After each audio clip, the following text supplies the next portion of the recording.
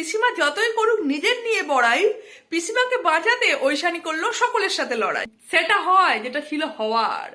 ঐশানী আরো একবার মন জয় করলো সবার। Hello friends, welcome to serial কথা। হরগৌরী পাইস হোটেলের আপডেট নিয়ে চলে এলাম। এই আপডেটে দেখবো যে ঐশানী কিন্তু একদল গুন্ডাকে বন্দি করে রেখেছে, বা তাদের ঘরে ঢুকতেই ঐশানী কিন্তু তাদের আটকায় এবং জিজ্ঞাসা করে যে তোমরা এখানে কেন, তোমরা কে, কে তোমাদের পাঠিয়েছে। এই প্রশ্নগুলোর উত্তর যখন ঐশানী পাচ্ছে না, তখন কিন্তু ঐশানী সেই গুন্ডাগুলোকে মেরে ধরে একদম বৃন্দাবন দেখিয়ে দেয়। অর্থাৎ ঐশানীকে একবার ঠেলে ফেলে দিল। ঐশানী কিন্তু উঠে পড়ে এবং সেই 4-5টা গুন্ডাকে বেধড়ক ধোলাই দেয়। এবং শুধু যে ধোলাই দেয় তা নয়, তাদের যে গামছায় মুখ ঢাকা ছিল সেটাও খোলার চেষ্টা করে, যদি সেটা খুলতে পারে না। এদিকে ভাস্কর কিন্তু কোনো মহিলাকে নিয়ে আসে বাড়িতে।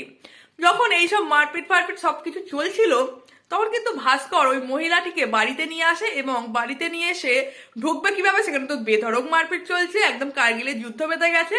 তাই যখন পিসিমার ওই অবাক করা কাণ্ডটি, অর্থাৎ শরীর খারাপের কাণ্ডটি বাস্ট হয়, তখন কিন্তু ভাস্কর মেয়েটিকে নিয়ে ঘরের ভেতর ঢুকে যায়।